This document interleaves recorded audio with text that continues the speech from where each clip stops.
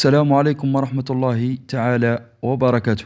من أهم قرارات مجلس الوزراء لنهار اليوم الذي ترأسه السيد عبد المجيد تبون رئيس الجمهورية القائد الأعلى للقوات المسلحة ووزير الدفاع الوطني.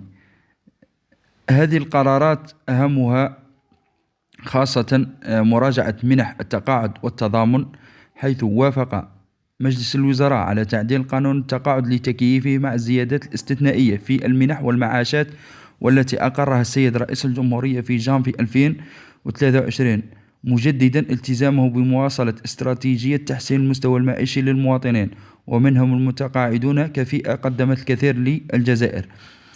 كما قرر رئيس الجمهورية في مرحلة أولى رفع منحة التضامن إلى 12 ألف دينار جزائري لمن يتقاضى 10,000 دينار، وإلى 7,000 دينار لمن يتقاضى حاليا 3,000 دينار، حيث ستشمل المراجعة قرابة 1,000,000 مستفيد.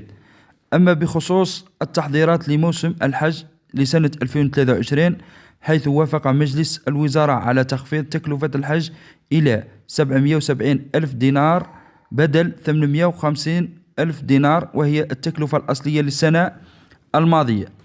أما بخصوص الرياضة المدرسية، حيث ثمن السيد الرئيس خطوة الإعداد لمخطط قاعدي حقيقي للرياضة المدرسية لفتح آفاق جديدة أمام النشأ كخزان للنخب الرياضية، حيث أمر السيد الرئيس ببدء توظيف 12 ألف أستاذ متخصص متخرج لتأطير الرياضة المدرسية، كذلك استحداث مديرية عامة للرياضات المدرسية في قطاع التربية الوطنية.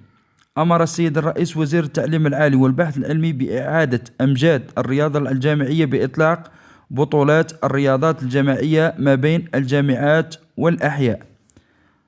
وفي الأخير، السلام عليكم ورحمة الله تعالى وبركاته، وتقبل الله منا ومنكم صالح الأعمال.